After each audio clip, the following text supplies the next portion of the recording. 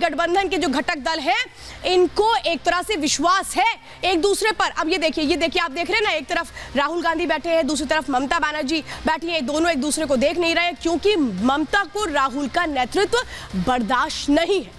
ममता का प्रस्ताव राहुल की संभावनाओं पर रहता। याद है आपको 20 दिसंबर को जो मीटिंग हुई थी उसमें राहुल गांधी का नाम न रखकर मल्लिकार्जुन खड़गे का नाम ममता बनर्जी ने रख दिया था। और इसी के बाद नीतीश ने गठबंधन के एक तरह से उससे नाराजगी नीतीश की शुरू हो गई थी क्योंकि नीतीश कुमार ने बड़ी मेहनत की थी इस गठबंधन को बनाने में, तमाम घटक दलों को साथ में लाने में।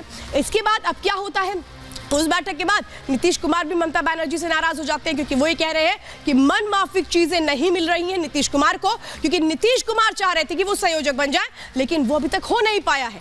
दोनों अलग राह पर जाते नजर इसीलिए आ रहे हैं। एक तरफ कांग्रेस जिसके साथ खेल कर रही है इंडी गठबंधन, और खेल करने में कौन कौन आगे आ रहा है, ममता बनर्जी है, नीतीश कुमार है, केजरीवाल है। तो यहां रहा सिर्फ नीतीश कुमार, ममता बनर्जी, केजरीवाल की अलग नहीं हो रही, बल्कि महाराष्ट्र में कुछ और ही खेल चल रहा है। महाराष्ट्र में सीट शेयरिंग का जो फॉर्मूला है वो तय नहीं हो पाया क्योंकि वहां पर भी कांग्रेस को लेकर के अविश्वास नजर आता है। सुनिए जरा क्या कुछ कह रहे हैं वहां के जो नेता हैं।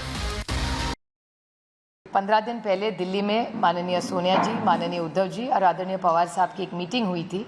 उसमें सीट शेयरिंग की बहुत सारी बातें साफ हुई थी, फॉर्मूला का भी निर्णय लिया था और सिर्फ ऑफिशियल आप तक पहुंचाया नहीं गया। अगले 8-10 दिन में वो भी हम आपको बता देंगे। महाविकास आघाड़ी में सीट शेयरिंग के ऊपर कोई मतभेद नहीं है और जल्दी ही उस बारे में घोषणा हो जाएगी।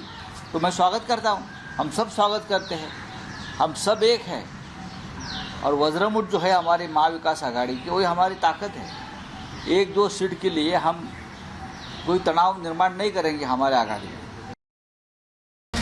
और आइए अब जरा एक और नाम जिसके बारे में चर्चा हो रही है वो है अखिलेश यादव। उत्तर प्रदेश में माना जा रहा है जो इंडी गठबंधन के प्रमुख चेहरे हैं उनमें अखिलेश यादव है। अब समाजवादी पार्टी को एमपी चुनाव में कहीं तवज्जो नहीं मिली थी क्योंकि कांग्रेस ने तवज्जो नहीं दी थी। इस बात से जो अखिलेश यादव है वो बहुत नाराज है और ये कह रहे हैं कि वो लोकसभा चुनावों में इसका बदला लेंगे। अखिलेश ने कांग्रेस को धोखेबाज करार दे दिया है। अखिलेश यादव कह रहे हैं कि कांग्रेस तो यकीन करने वाली पार्टी नहीं है, तो धोखेबाज है।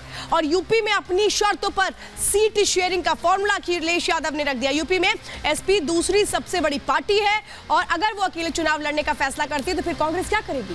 2019 में कांग्रेस को सिर्फ एक सीट पर ही जीत मिली थी और इसीलिए अब देखना ये दिलचस्प है कि हर किसी की अपनी अपनी राह है इंडी गठबंधन में। क्या ये राह एक साथ आती है या फिर सब अलग राह में चलना शुरू कर देते हैं और इंडी टूट जाती है, देखना दिलचस्प है। तो ये देखिए कितना दिलचस्प समीकरण नजर आता है। यहाँ पर अभी भी ये लोग ये नहीं देख पाए कि बीजेपी को हराने के लिए क्या स्ट्रैटेजी हो। यहाँ पर एक दूसरे से ही लड़ते ये लोग नजर आ रहे हैं। और देखिए अब कांग्रेस जिसने 2019 में 52 सीटें जीती थी, लेकिन 2024 में कितनी सीटें जीत पाएगी कांग्रेस, क्योंकि सवाल तो यह है कि कांग्रेस के साथ तो उसकी विपक्षी पार्टी जाने को तैयार नहीं हो रही। क्या कांग्रेस के ऊपर विपक्षी पार्टियों को अब यकीन नहीं रह गया है जो इनके घटक दल है, क्या उनको यकीन नहीं रह गया है जो इंडी गठबंधन का साथ निभा रहे थे। क्योंकि हमने देखा कि जो विधानसभा चुनावों के नतीजे आए उसमें कांग्रेस को कैसे हार का सामना करना पड़ा और वो राज्य जो उसके पास थे वो भी उसे छिन गए। क्या यही वजह है कि अब अविश्वास होता चला जा रहा है और इसीलिए जो इंडी के घटक दल है वो कांग्रेस को साथ में लेकर के चलने को तैयार नहीं है। क्या उनको ऐसा लग रहा है कि कांग्रेस अगर साथ आई तो हम सब